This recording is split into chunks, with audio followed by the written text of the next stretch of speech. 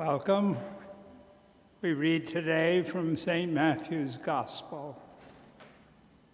As Jesus was going up to Jerusalem, he took 12 disciples aside by themselves and said to them on the way, "Behold, we are going up to Jerusalem, and the Son of Man will be handed over to the chief priests and the scribes, and they will condemn him to death and hand him over to the Gentiles to be mocked and scourged and crucified, and he will be raised on the third day."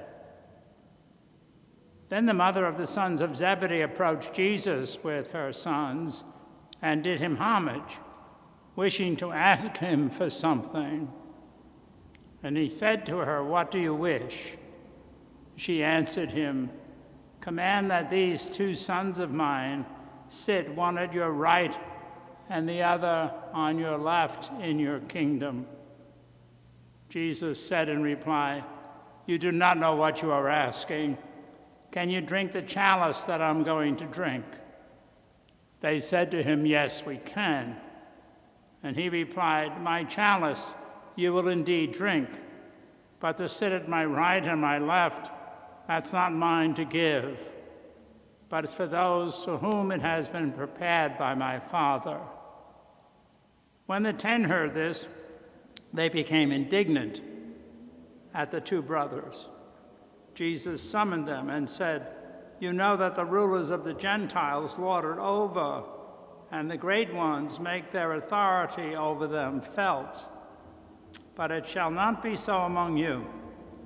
Rather, whoever wishes to be great among you shall be your servants, and whoever wishes to be first among you shall be your slave. Just so the Son of Man did not come to be served, but to serve, and to give his life in ransom for many." The Gospel of the Lord. This is a study in human nature, it seems to me. Jesus makes this announcement that he's going up to Jerusalem to be arrested, to be handed over to the Gentiles, to suffer, and then to be put to death, and promises he will be raised from the dead. I would think that's sobering news, if you're listening, but I don't listen so well sometimes. And James and John's mother apparently wasn't listening either, for she walks up and he says to her, "What is it you want? When you come into my kingdom," never mind that you're going to suffer and die, but when you come into your kingdom, I want my kids having a place of honor, one on your right, one on your left. Incredible. Sounds like my prayer sometimes. I'm reflecting on Jesus' words, but all I'm thinking about is my agenda, and it's not necessarily a bad agenda. And Jesus doesn't answer her directly. He talks to the two boys, as it were. Can you drink the chalice of suffering? Can you do what I'm going to do? And they said, absolutely. And of course, in a very short time, they're going to abandon him. But that's not in their mind. They want the titles. They want the power. They want the authority, and so does their mother. She loves them, and she's offering herself as an intermediary. Great love. Except it's not what Jesus is preaching. And then, of course, to top it all off, when the 10 hear, they become angry because they wanted the places of honor and the power.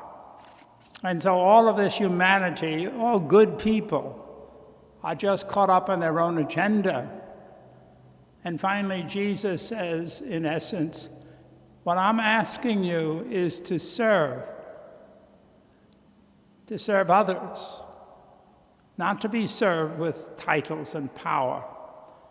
It's a different kind of love.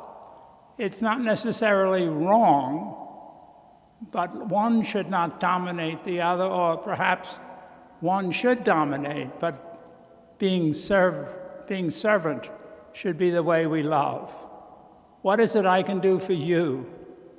That's the way God loves us, offering himself on the cross, offering himself in people in our lives who love us, sometimes our moms and dads, but always, always with the idea of sharing it, of being of service, and not lording it over people and being dominant. It's a way of stopping and thinking, well, how do I approach the commandment of Jesus? Do I even listen? Am I so used to the words this Holy Week that's coming, for example, that I don't even really hear them, except insofar as I can gain from them? The gift of salvation, the gift of being saved, it's mine. It's not a question of getting it. It's a question of using it. It's a question of changing the way I approach. It's a question of conversion, that I need to stop and look within myself. And more often than not, I find I really have to turn myself around. I have to convert. I have to say, wait a minute, this is the normal way. I want to get ahead. I want security. I want peace. I don't want people bothering me. On and on and on. And they're all reasonable, but they're not God.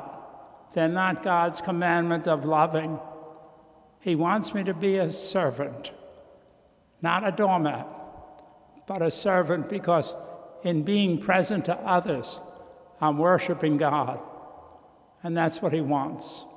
That's what I want in the long run. So this scene that we reflect in the gospel, although it's serious, is pretty funny, actually. All these people, the mother of James and John, the 12 apostles, they're not really listening.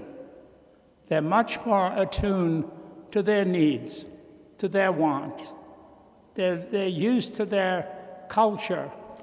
And here they are, fishermen, normal people, not in the upper class at all. And they just want to step up. They want security. They want some control.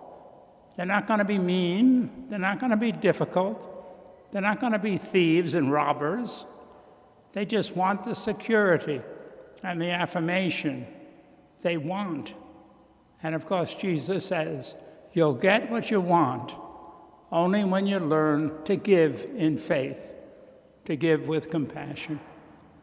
And so the challenge is there. I need to convert. I need to turn around my ideas, maybe even go upside down almost from what the world and the culture in which I live would dictate. In America, you got to be number one. Got to be the best in the world. And Jesus says, if you want to be the best, then be servant. Be conscious of the needs of others. And in that generosity and faith, you will grow into the person that you want to be.